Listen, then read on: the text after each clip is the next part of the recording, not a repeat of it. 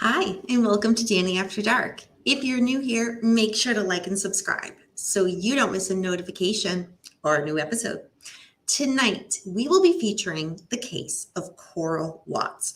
This was a suggestion by friend of the show, Anastasia. So thank you, Anastasia, for the case recommendation.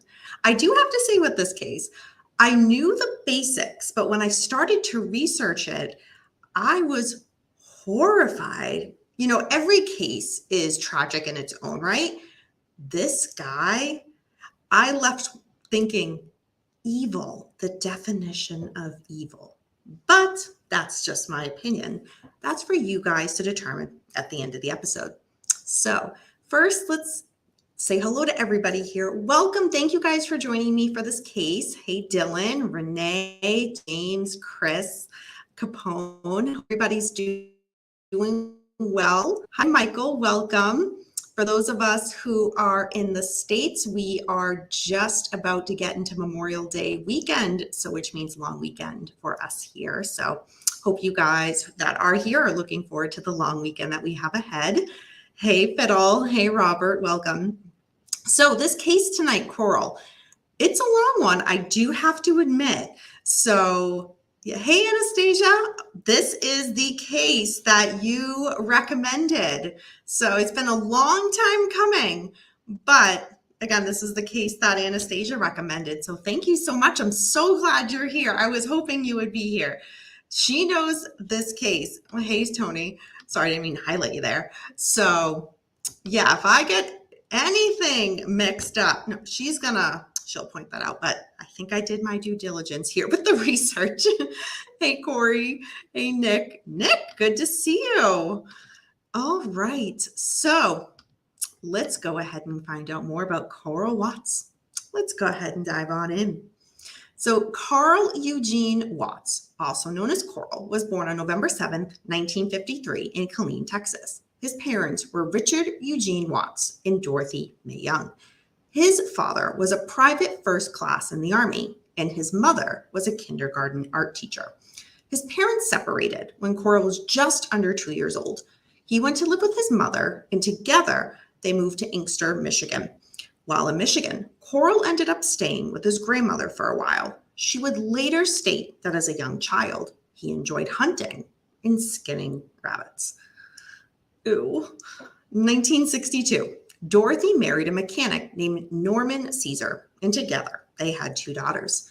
As a child, Coral was described as strange. At around 12 years old, he started to fantasize about torturing and killing girls and young women. During adolescence, Coral began to stalk girls. That is a pretty young age, so we'll have to see where this goes, and the journey is not so pleasant.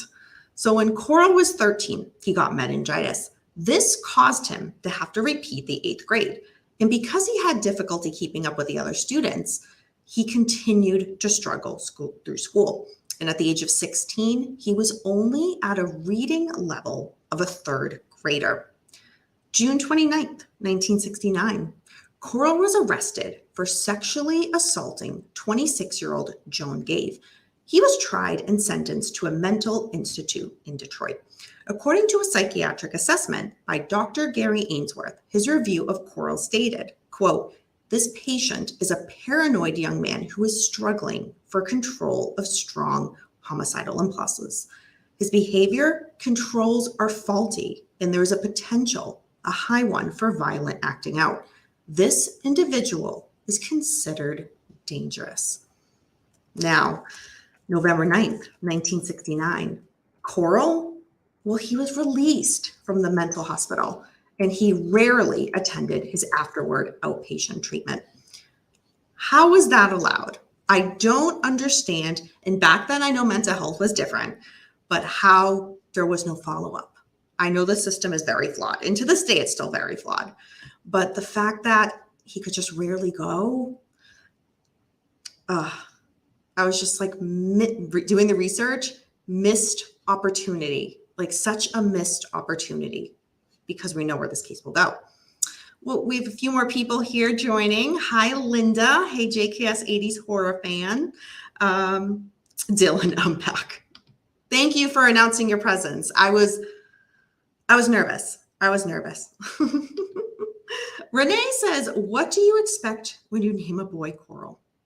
Well, technically that was not his legal name, but I digress. So Coral, he went back to high school and was involved in sports. He was a drug user, a loner, and was often in trouble by school officials for his volatile behavior with female classmates. 1973, Coral graduated from high school. He received a football scholarship to attend Lane College in Jackson, Tennessee. After attending Lane College for only 3 months, he was expelled. He was accused of stalking and assaulting women. After, Coral was expelled and he moved to Houston, Texas.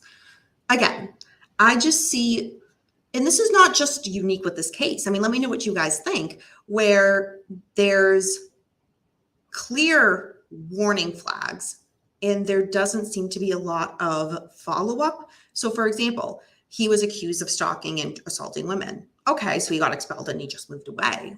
Well, was the police not involved in this? You know what I mean? It's just a shame because it seems there's a problem in one area. Okay, so I'll just move away. But as we know, that does not fix the problem. Linda says, I guess the same way kept violating parole. Hi, here's James, Texas. Well, that explains everything. Kidding. Mr. Beckham's from Texas. So, well, yeah, I guess that does explain everything. I'm just kidding. Okay, so with Coral, he later returned to college after being accepted into a special scholarship and mentoring program at the Western Michigan University in Kalamazoo. Prior to attending the program, Coral was again evaluated in an outpatient facility. They determined that he was still a danger and had, quote, a strong impulse to beat up women.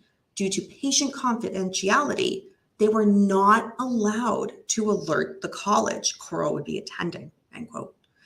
So by 1974, Coral was just 20 years old and was kidnapping women from their homes and torturing them. October 25th, 1974, Lenore Kizanatsky, and I'm sure I'm mispronouncing that, answered her door and was attacked by a man. She fought back and luckily she survived.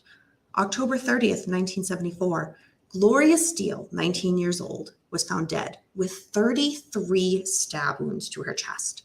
November 12th, 1974, Diane Williams reported being attacked under the same circumstances. She survived and managed to see the attacker's car and made a report to the police. Coral, well, he was picked out of the lineup by Lenore and Diane. He was arrested on assault and battery charges. He admitted to police that he attacked 15 females, but refused to talk about the Gloria Steele murder. Coral's attorney arranged for him to commit himself into a state hospital. The hospital psychiatrist investigated Coral's background and learned that at the previous institution, he was said to have possibly killed 2 women by choking them. Coral was now diagnosed with an antisocial personality disorder. Well, Coral, he was now to stand trial. Just prior to this, the court ordered an evaluation at the Center for Forensic Psychiatry in Ann Arbor. They described Coral as dangerous and felt he would most likely attack again. And he was found competent to stand trial. Coral, he pled no contest and received, get this, a 1-year sentence on the assault and battery charges. June 1976, Coral, he was now back and out of jail and back home in Detroit with his mother. Now, before we continue on, what do you guys think so far? This case just keeps ramping up, and sadly, it's not going to be slowing down. So, yeah, what are you guys thinking about this? Anastasia, who suggested this, the police in Detroit knew and had a primitive tracking device on his car. Mass migration from Rust Belt to Texas, late 70s, 80s, Sunday morning stalker. Thank you for that information. Renee says, everyone I knew in Michigan left for Texas in 1980. Competence, the only means you understand the charges. You can still be Patrick Christie. Absolutely. Absolutely. Yep. Because of the auto industry downfall. Yes. Okay. I hear the tracking devices are really popular in federal and local police departments. That is outside of my expertise, Tony. I mean, I only use them when I just want to see where people I'm interested in are going. Which reminds me, Tony, why were you at the places you were at today? Kidding. All right, Dylan is back. Now the party can get started. What are you saying, hon? I'm so sorry. I'm waiting. So I keep going in and out, but what I've heard so far this, Dylan, I love your honesty. You are amazing. You're absolutely amazing. This is a horrible case. So like any laugh I can get and like give to you guys. I mean, we're going to cover everything in this case. I'm not going to, not going to spare any detail, but thank you for that little laugh. So, all right. So as we left off, Coral was out of jail. So October 31st, 1979. So just 3 years after he was released from jail, he entered the home of 35-year-old Jean Klein, and he slashed her to death. April 1980, the Ann Arbor, Michigan police were called to the home of Shirley Small. She had been attacked and repeatedly cut with an instrument that resembled a scalpel. She bled to death on the sidewalk. Glenda Richmond was found by her doorway, dead from over 28 stab wounds. Rebecca Greer Huff died outside of her door after being stabbed 54 times. That blows my mind. 54, that is horrific. Absolutely horrific. I was not able to research like specifically with each victim. It just would, there would have been, I mean, this case would be like a 10-part if I did that with all of his victims. But when I think of 54 stab wounds, all I can think of was if she was conscious and alive for all of those, it's just so tragic. That goes past, like, when you think of stabbing, it's so personal. People instantly think crime of passion because it's so upfront. It's not like a gun where you can shoot someone from a distance. You're up close, and each stab wound, 54. It blows my mind. It absolutely blows my mind what this woman went through, and she didn't survive, which is so unfortunate. Hi, Liz. Hi, Beckham. Yeah, so Mr. Beckham's here, everybody. So this explains a little bit more about Texas and Texas behavior. Anastasia says, we used to go to the beach every weekend in the summer, never stopped along the way. Oh, I missed your first one. Sorry. I understand the fear of LA with the Manson family, but felt the same with 2 to 3 murdered friends, plus the I-45 murders to Galveston. Next show, Danny, with Texas EquuSearch founder. Oh, okay. Thank you. Tony, I've taught you so well. Okay. So at this point, finally at this point, a task force was formed to investigate the murders that occurred within 5 months of each other. The task force was dealing with no evidence and with no witnesses. Sergeant James Arthurs contacted the task force after reading about the murders. He told them his past experience with Coral Watts and the similarities of his previous crimes to those that were now under police investigation. At this point, though, Coral was married. He had a child and was working with his stepfather at a trucking company. October 1979, Coral was arrested for prowling in Southfield, Detroit.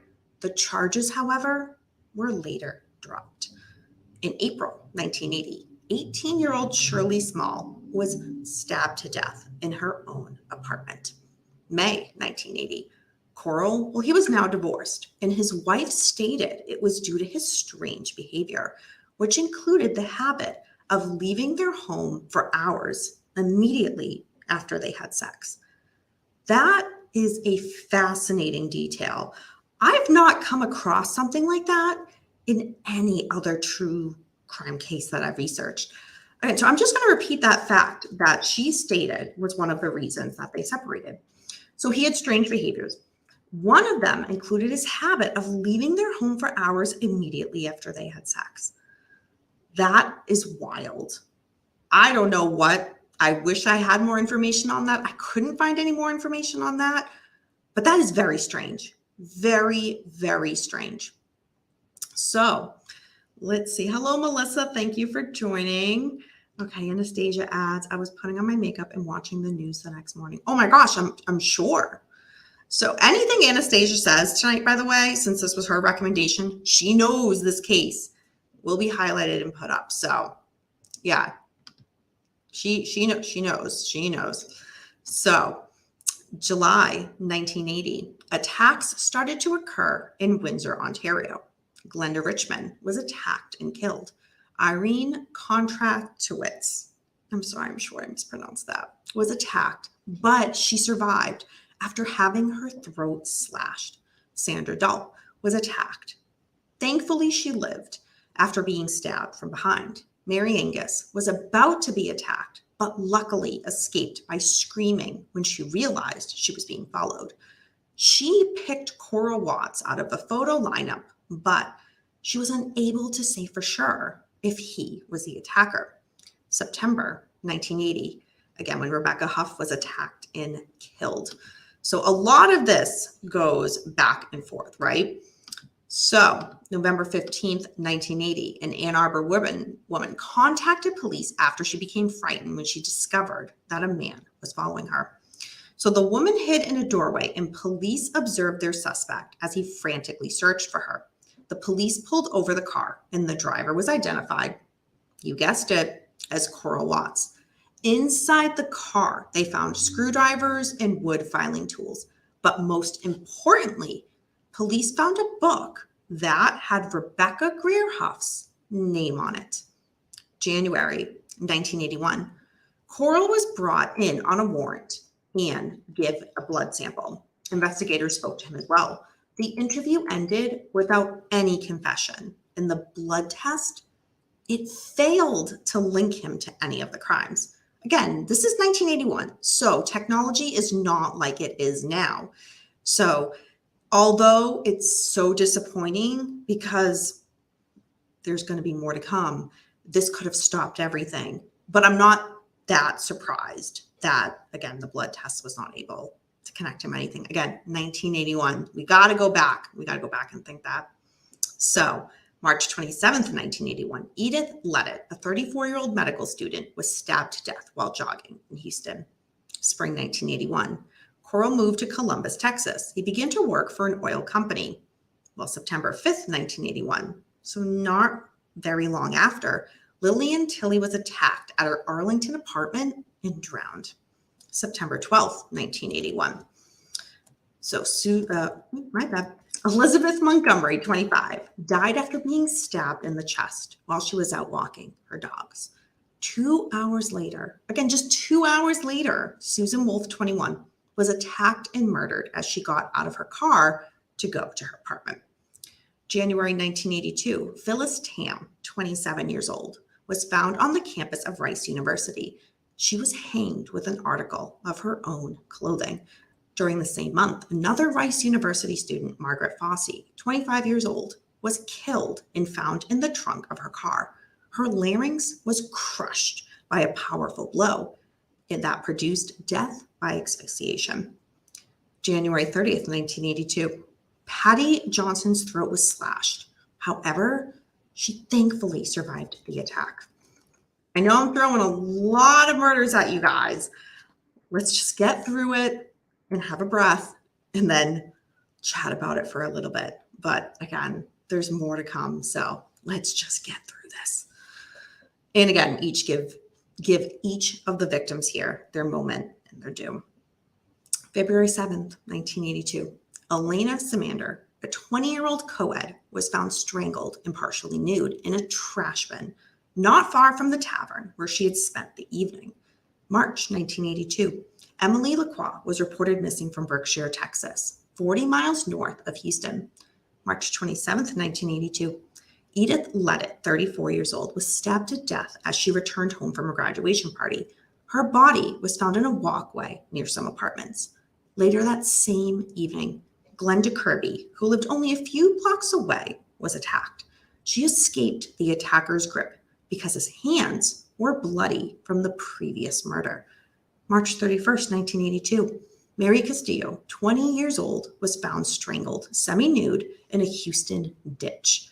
April 3rd, 1982, Christine McDonald, 19 years old, disappeared while hitchhiking home from a party on the Rice campus. April 5th, 1982, Susan Searles, 25 years old, disappeared. Her shoes and broken glasses were recovered from her car in the parking lot of her apartment building. April 15th, 1982, Carrie Mae Jefferson, age 32, disappeared after working the night shift. All right, what you guys are going to see here are several victims back to back to back in a very short time frame. So when you're hearing these dates, just keep that in mind. There was a lot here. There was no pause. There was no kind of, as some killers have done, kind of grounding themselves and then going for the next attack. No, this was just back to back to back. Again, going to attack one woman, but she was able to slip because his hands were still bloody from the previous murder. Think about that. That's a very powerful piece of information for detectives to know and to work with. So let's continue. April 15th, 1982, Carrie Mae Jefferson, age 32, disappeared after working the night shift. April 16th, 1982, Yolanda DeGracia, 26 years old, was killed following stabbing that occurred 6 times in her home. April 16th, 1982. So let's see. One second. Sorry, that should say April 21st, 1982. Sorry about that. Suzanne Searles, 25, was taken and strangled to death as she returned home from a party. May 1st, 1982, Sherry Strait, a high school student, disappeared with her mother's car. Then 3 days later, the car and her body were found together. Let's see, 2 weeks later, Gloria Cavalis, a 32-year-old exotic dancer, was found dead in a trash dumpster, her body wrapped in cast-off curtains. Now, let's have a pause. I know I just threw a lot of horrific crimes at you guys in a lot of details. And as I said, if you notice these dates, it's one after another after another. Some of them, not just within the same date, but just hours apart. So yeah, let's have a moment. Let's process that. That's a lot. There's, we're going to get into Coral's, mental state because this is worth examining. But again, let's have a quick moment here. Because again, I just threw a lot of graphic information at you guys and see what you guys are saying. Hey, Wolf, he left for hours after banging interest. Wolf, what an entrance. I mean, that's what his wife said. I mean, yeah, that's interesting, right? So Linda says, oh my God, this guy was awful. Yes, that is true and yet an understatement at the same time. Fiddle, you're talking about games. I don't know. Let's see. Anastasia says he did more than they know. DNA now connects Elena's family with strong and joint parents of murdered children founded by Doris Tate. Okay. The better Paul. Hey, Danny, check your advice and change my name again. Oh my God, Paul, this makes my night. Thank you. And dare I say that is such a great screen name. I absolutely love it. I think it's perfect, dare I say. Where's the worst Paul tonight? Does anybody care? I don't know. No, actually, I don't know. Probably busy with his family and stuff. He sounds like Jack the Ripper. That's an interesting thought, Linda. That is very interesting. He was a predator hunter. Absolutely. All right. Fiddle's just talking about games. I don't know why he's here. Chris James says, did he have a type of woman? Race, blonde, young, old? So in regards to race and hair color, the information, again, to deep dive further into all of the victims would have been a much longer episode. Most of the articles I've given, just that I've read, and the information that I gave to you guys just kind of has the basics with their age. It seemed from just the overview of what I did, it seemed like a lot of 20 and 30-year-olds. So it did seem like there was a preferred bracket. He did not always stay within that. As we know, I mentioned some other cases of ages that were way older than this, but this seems to be what he was most, statistically speaking, from what we were given, most targeting. Christina says, Elena was my sister's age, my basketball coach for church. Beautiful long fingers. Oh, let's see. I got it. I'm here to stay. Dylan, thank you. I was getting nervous. Anastasia says, the funeral was open casket. I'll never forget. The family forgave, but never wanted him released. So Anastasia has been very open since day one with being in the chats with us and for recommending this case. She has a very personal connection to this case. So you guys, if you have any questions, I can just give the research that I've done here, which is just some basic information. Anastasia, not only does she know this case, and she has a totally different perspective that I can't give you. So by all means, if you guys have questions about this case, Anastasia would be amazing here. Again, just keep in mind, she has a personal connection to this case. And as we know, anytime somebody has a personal connection to a horrific crime case like this, it's never for a good reason. So unless, you're in family with somebody who's in law enforcement and whatnot, but typically then there's still a struggle with, the detectives who are working it and the manpower hours behind that. So there's always a somber feeling with being tied to a case. And then it just gets worse depending on your level of connection to the case. So just keep that in mind while you guys are in the chat with Anastasia. And again, she can give a very unique perspective that I can't give, and anybody here in the chat can give. So by all means, any questions you have, she, if she's comfortable answering them, by all means, she is the reason I am doing this case and covering it. So Anastasia, okay, I was a little bit behind, but thank you for clarifying. So yes, he has a type, brown and brunette, but Shari was different and took a while DNA to connect. Thank you for that. Renee, seems his type was the ones breathing. Oh my gosh, Fiddle's still talking about game. Fiddle, do you know this is a true crime channel and not a video game channel? I don't know if you're in the wrong chat, but I'm just letting you know. You're more than welcome to stay, but I'm just letting you know. Great research, but just personal and scary 1980s. Oh my gosh, I'm absolutely. I was just a teen. I knew 2 to 3. And then Linda's asking, how do you know the victims? Sorry, Danny. Not sure what you're sorry for. I think I missed something. I do, but I don't care. Okay, Fiddle, okay.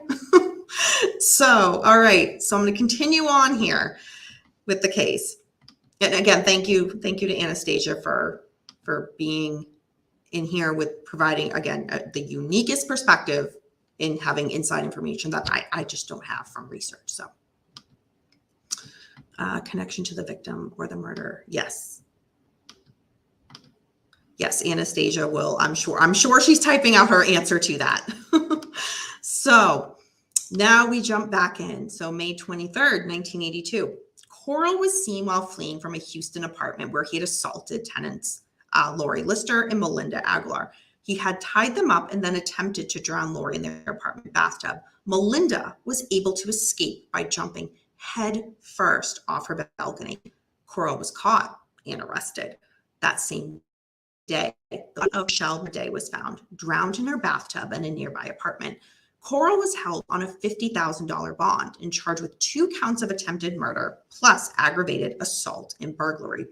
When looking back, the police suspected him of being responsible for the murders of at least 10 women and girls in Michigan. He had lived there until early 1981. He was actually questioned about the murders in 1975, but there had not been enough evidence, again at that time, to convict him. Under interrogation, Coral, he refused to talk. Harris County Assistant DA Ira Jones made a deal with Coral in order to get him to confess. The DA was hoping to bring closure to the families of some of the 50 unsolved murders of women in the Houston area. So the deal was Coral to be given immunity. Yes, immunity in the charge of murder, but he would have to confess to his murders. So Coral took the deal. He admitted to attacking 19 women, 13 of them he stated he murdered. Coral then admitted to 80 additional murders in Michigan and Canada, but he refused to give details about those because he did not have an immunity agreement for those murders. When Coral stood trial, he pled guilty to 1 count of burglary with the intent to kill. Judge Shaver decided that the water in the bathtub could be constituted as a deadly weapon, which would result in the parole board not being able to count Coral's good conduct time when determining his parole eligibility. Now, I'm going to pause right here before I give you guys his sentencing. So let's just see where you guys are and where Anastasia is with giving some information here. Let's see. She has her darn, so no cats tonight. Correct, no cats in here tonight. I think when I do my True Crime and Chill, which will either be tomorrow on Friday or Saturday, I'm not sure yet, with the long weekend, I will let you guys know as soon as I know. Maybe I'll have the cats in here for them. So, okay. Maybe Tuka's on the couch. Not tonight. He usually is, but no, he's not tonight. All right. So Anastasia, yes, he was caught drowning, confessed and plea bargained with lame Texas laws in 1980. Elena was hogtied and thrown in a trash dumpster. My God, like horrific. That's not even treating somebody like a human. Like literally, it's the equivalent of somebody's life just being like trash. Like just like a piece of trash that you discard. And it blows my mind because this is with this case, right?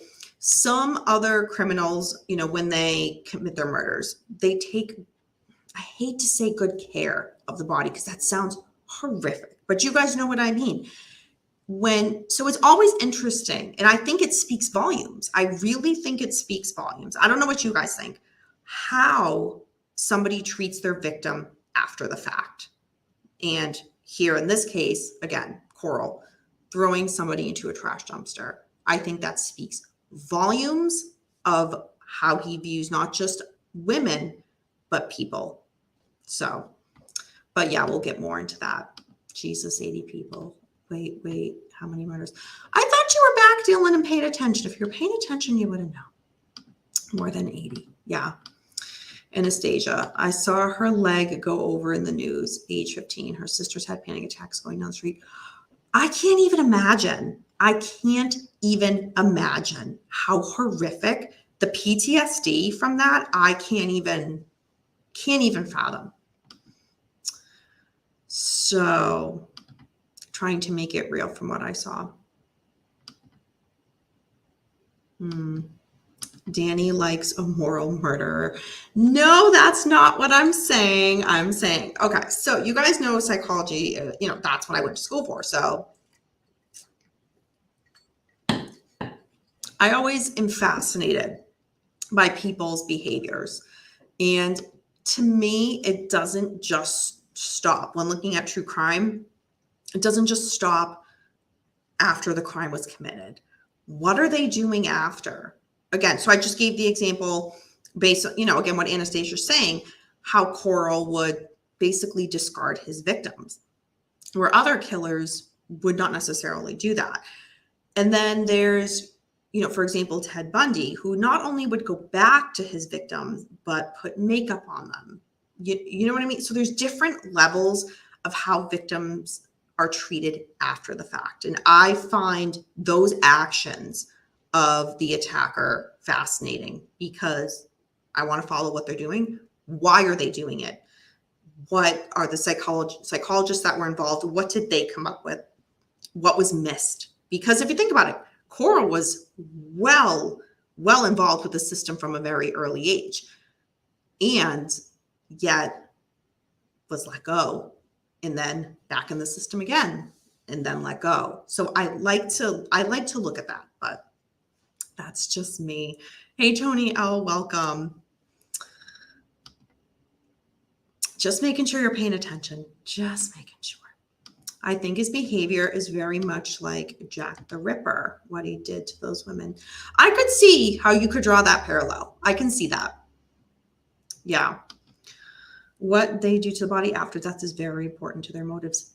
Absolutely, Dylan. Thank you. Okay, looking out for, I wouldn't say that. But no, Dylan worded it very nicely. Absolutely. So let's continue. I left you guys on a cliffhanger, right? So what was the sentence that Coral got?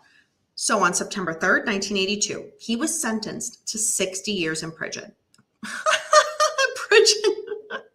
See, this would be an outtake if I was filming. So he was sentenced to 60 years in prison. The judge stated, quote, "I hope they put you so deep in the penitentiary that they'll have to pipe sunlight to you," end quote. 1987, Coral tried to escape prison by slipping through the bars, but failed.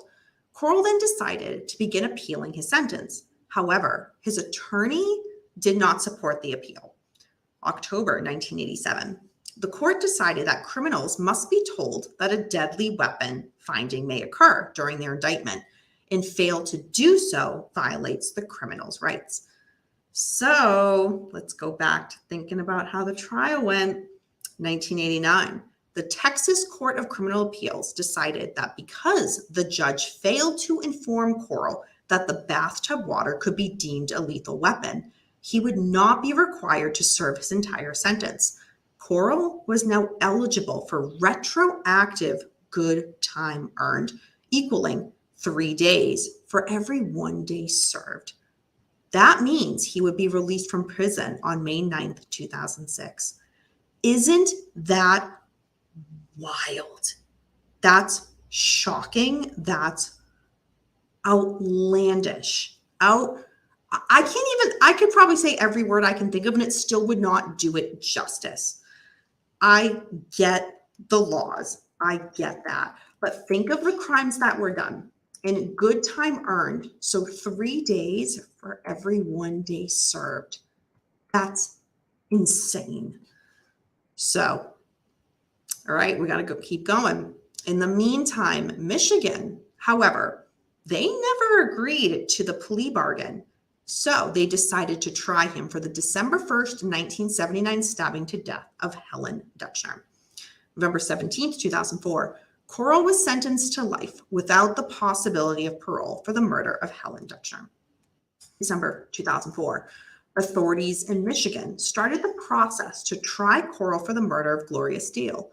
Again, she was stabbed to death in 1974. July 25th, 2007, the trial for the murder of Gloria Steele began. July 27th, 2007, only 2 days later, the jury returned a verdict of guilty. He was sentenced to life imprisonment without the possibility of parole.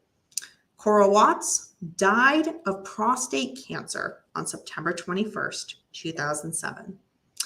That is the case of Coral Watts. So let's wrap this one up. Thank you, everybody, for sticking around for this case of Danny After Dark covering Coral Watts. And the biggest of thank yous to Anastasia, hi, Elijah, for recommending this case. Not only recommending it, but for being so open to her personal connection with this case. So thank you for that. So while I'm here, I know I just threw a lot of information at you guys and a lot of horrific and graphic assaults and murders that took place. So yeah, do you guys have questions about this case? Feel free to, I'd say usually leave it in the chat, but I'm here. Let's talk about it. Or even anything, even if you don't have questions, anything that stands out to you guys as kind of a what the fuck moment with this case. Because believe me, when I was doing the research for this, there were things that I'd have to stop and pause and be like, wait, what?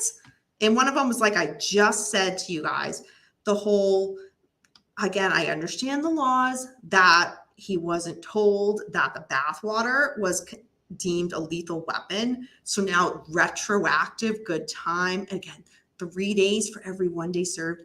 I had to stop and be like, what am I reading this right? How is this possible? That was one of the things that blew my mind with this case. So yeah, another thing with this case that was really mind-blowing to me was sometimes we see individuals that just kind of, dare I say, fly under the radar. And we don't learn about things till after the fact when there was all these warning signs, but if only they got the help they got, so on and so forth, that story, which is very common. This, however, Coral he was in the system. He was violent, had violent thoughts from an early age, acted out on that. There was progression. So all of these things that we see, and the police were aware, the mental health system was aware. And again, I know it's not the same as it was now. So I know we need to keep that in mind. But he was on everybody's radar. And this still happened. That to me was very frustrating. It was very frustrating because I know everything's hindsight, but there was so many opportunities where I saw things and were like, if only this stuck, all of these women down the road could have survived. And then there'd be another moment where I'm like, okay, if only this stuck, these other women could have survived, and so on and so forth. So that was really frustrating reading and getting more involved in this case, because I'd known some of the basics, but not the little details like that. So it was extremely frustrating. But all right, I just chatted for a whole bunch, letting you know my frustrations with the case. But let's hear from you guys. All right, just making the screen a little bigger now. 60 years, wow, yep. Danny bloopers, I know, oh gosh. So Anastasia, but good behavior released early, a third yes. You got the slippery tribe. Crazy Texas early release, thank God for DNA. Absolutely. Yeah, I think, Liz, your sentence, I think you're saying what everybody here is thinking. Yes, absolutely. That's sick, yep.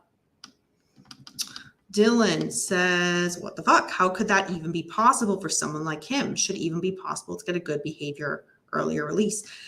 Yeah, Dylan, and this is one of those things, over on, I'll plug it again, the Manson Saga discussion panel over on the podcast. That's something we talk about all the time in regards to those offenders, about parole, early release, good behavior, if you will. Basically, the reform system. The, United States has this whole reform system. We're supposed to believe in it. But then, again, you hear a case like this, he's getting credit for good behavior. It doesn't seem right. It does not seem right. Because as his pattern has shown through his whole life, what does he always go back to doing? So, good behavior in a place where he's monitored, where he can't commit murders, for the most part. I know jailhouse murders happen, but it just seems too easy. It seems too easy, and it's not right. So Dylan, yeah, I absolutely hear what you're saying. Confession equals plea bargain. Waste of resources keeping this POS alive. Yep, that's one way to look at it, Renee. Absolutely. Ohio used to have good time earned, not anymore. 2 years, you do 2 years. That's interesting. That's interesting. Great choice, y'all. Thank you to Anastasia. She was the one that suggested this case. Prostate cancer is a far kinder fate than he deserved. Fiddle, I agree. I absolutely agree. Yeah. Do us Danny After Dark fans have a group name? What did Paul say in the last collab we it wasn't in a collab. It was something I was gonna say, did he put it in the chat or did he say it in the collab? The last case I covered with him, he had said something, and I think he was trying to be cheeky, and clearly it didn't stick because I don't even remember what the hell he said. So no, I'm open to if you guys want to come up with a cute name, but no, I don't know. Just lovers of true crime, people who are into research of this, and speak of the devil. Quick, hello everybody. I'm off feeding cats and running around. You're off feeding cat. Send me pictures and video. It's crazy. So many victims in police tracking. Absolutely. Absolutely. Danny fanatics. Danny After Darkers. Not bad, Linda. Danny After Dark casters. No.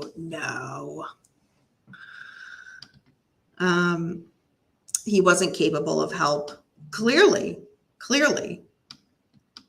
He had every opportunity. And remember you guys, when I first started this case, so what, 45 minutes ago, right away, like when he was first put in for, mental evaluation and all of that, and he didn't keep up with his, he was released and then outpatient appointments. He didn't keep up with it. And what was the penalty? There was nothing. Where was the tracking? Again, I want us to just keep in mind the mental health system was not the same now as it was then. But again, that was the beginning of all of this. Had there been more involvement, hands-on tracking, so on and so forth, could there have been a different outcome? We don't know. But when I see things like that are opportunities that were missed in lives that were never going to get back, you have to sit back and question, had the job been done right the first place, could all of these people have survived? I don't know. Let's see. So basically he was on a murder spree from 70 to the 90s. It was several decades. Danny After Dorks, oh, for Christ's sakes. Yeah, I think that's what Paul said now that you say it. Danny After Doc. Oh God. Exactly, on the radar and so many victims. Yep. You should do a show on Bonnie and Clyde. There's some Texas justice. Bonnie and Clyde, whatever happened to them? Yeah, I don't have that answer right now. So Bonnie and Clyde went viral, made a movie. Okay. Sorry to hear that, Linda. That's always frustrating when that happens. The government Nerf gun them. Oh, okay, now you guys are on that case. That's fine. Renee says it's interesting to consider what this kind of trauma does to everybody around him on both sides for generations. It takes decades for a family to heal from a murder trauma. That is so well said, Renee. In not only even decades, I dare to add to that, does a family ever really heal? I mean, it's not just someone passing. It's somebody whose life was taken so horrifically. And then again, pointing to Coral's behavior of what he did after to the victims, just basically would discard them like trash. There's just, to me, so much trauma after trauma after trauma with this case. a case like this, and others too, that I don't know how a family could ever really heal. Do you know what I mean? And not only that, but think about it. So, okay, we learn, in the victim's family learns his history and all of this. Some choose to go to court, and then, okay, they're sentenced. And now they're up for parole. And then you bring that back. So even with the Manson case, when any of them are up for parole, it's, I know we always say they're never going to get out, which is going to be the case. They're never going to get out. But again, victims' families, you go back every so many years and you have to re-talk about it. And it's not just in the Manson case, it's in so many other cases, hundreds and hundreds and thousands. It just seems like I don't understand. I think it's a trauma that would just never go away. And it's not just the victims' families. Think about it. Extended family, friends, coworkers, community, just for one victim. And then you add another victim, family, extended family, coworkers, friends, community. And then you add what? So now he's well over 80 victims. Think of the magnitude of lives that this one person's actions have done. Do you know what I mean? I can't remember which true crime podcast that I listened to that had recently said it. And they said it way more eloquently than I just did right now. And it's something that when they say it and you hear it, you're like, well, yeah, that makes sense. But the way they said it was so impactful that it was just like,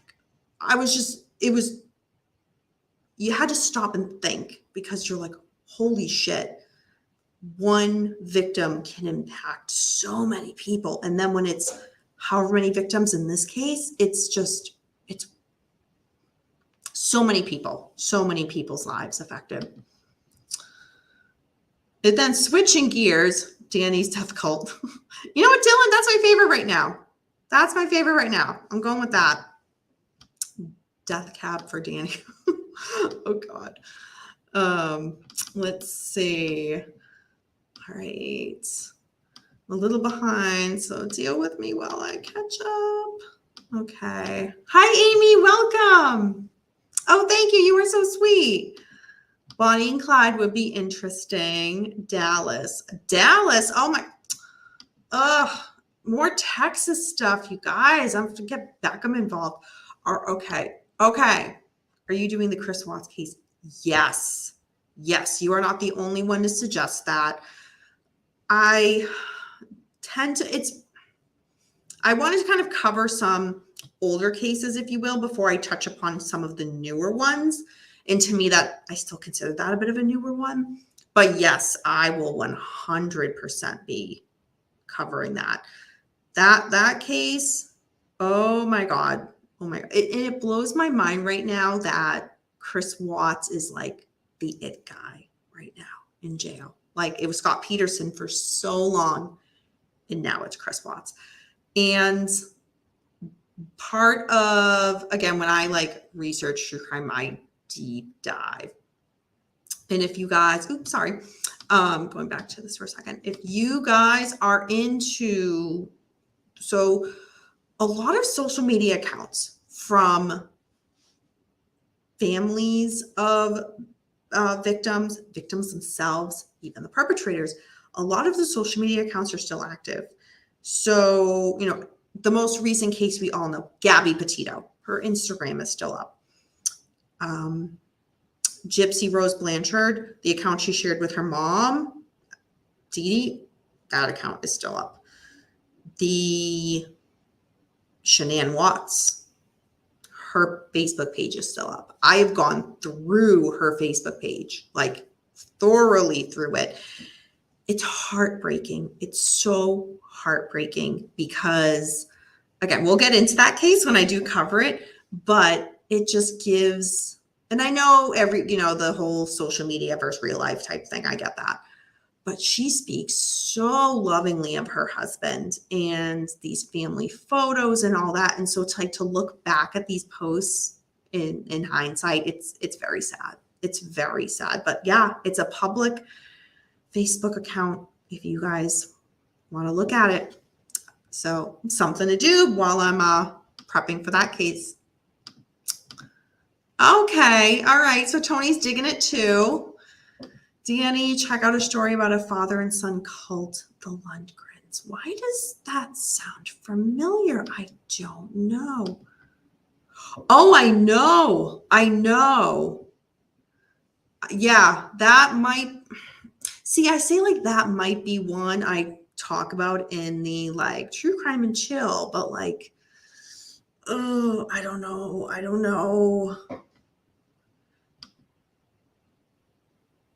I know Danny Mass. What? Amy? Okay, I know I'm behind, but I hope you are giving a little bit more info here. I found out today that if a man rapes you after he drugs you in California, it is not forcible rape. How can that be? I am not familiar with California law on that because, again, I'm in Massachusetts, but wow, that's wild. Anastasia says, yes, no normal teen years of sneaking out, never did it, never did drugs, so cautious even now, flicking lights once inside, cameras everywhere. Oh, girl, Lori Vallow. Oh my God. Yeah.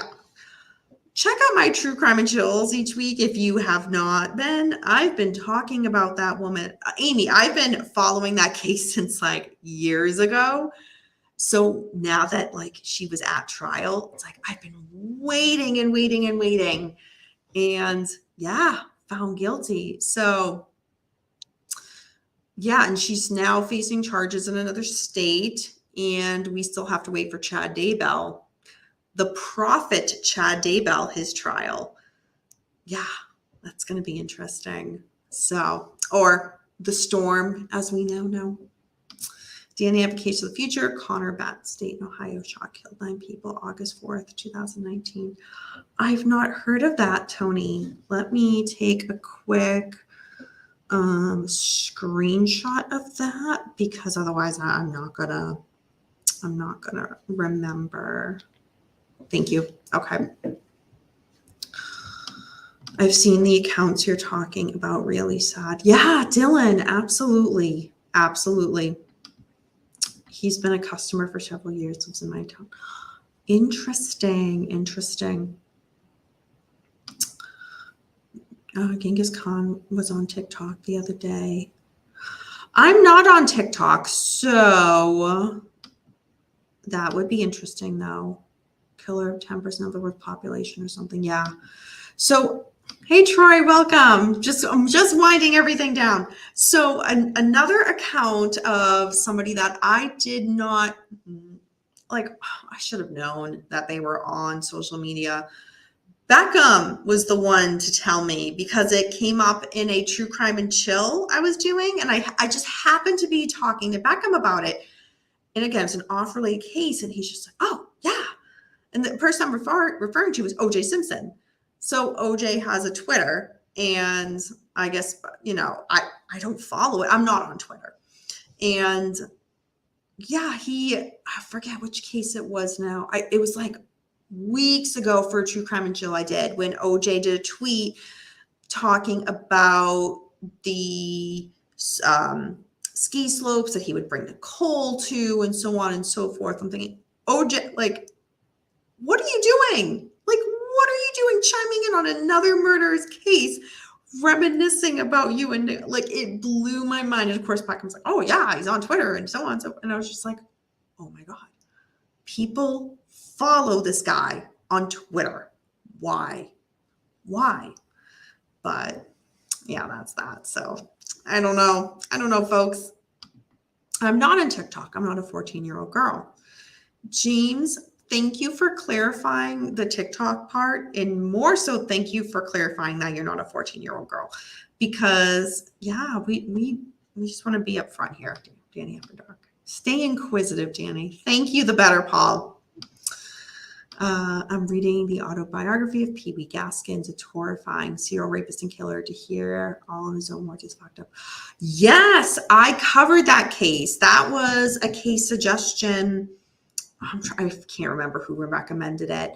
that I covered, God, months ago or even longer. I don't know. It seems like I can't keep track of all that, but I did cover that case on my channel. So definitely go back and check out that episode if you missed it. Because yeah, that was a recommendation case. And yeah, that was, again, yeah, say horrifying. Yeah, spot on. Absolutely spot on.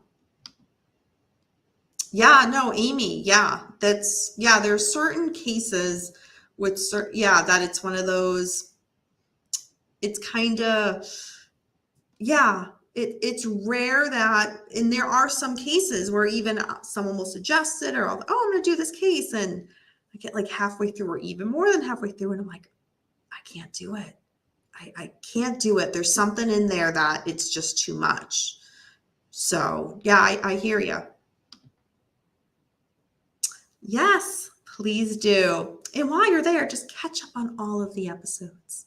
Make sure to subscribe. I was gonna say, Dara, you're probably already subscribed. Make sure to like all the videos too. But no, I would be curious because I have not read that book. So I'd be curious with you reading that book and then hearing the episode, kind of, if there's something that I missed, please let me know. Something where it's like, holy shit, I wish you said this, or something like that. Or yeah, I'm just curious what you think. So, did he kill people who called him Pee-wee? Well, go back to the episode and check it out.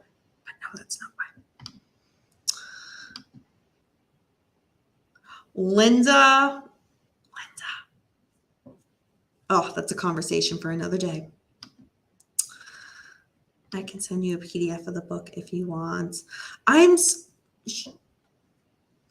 going to say, I'm so far behind in reading, so I wouldn't be able to get to it right away, but I also read really, really fast. So let me...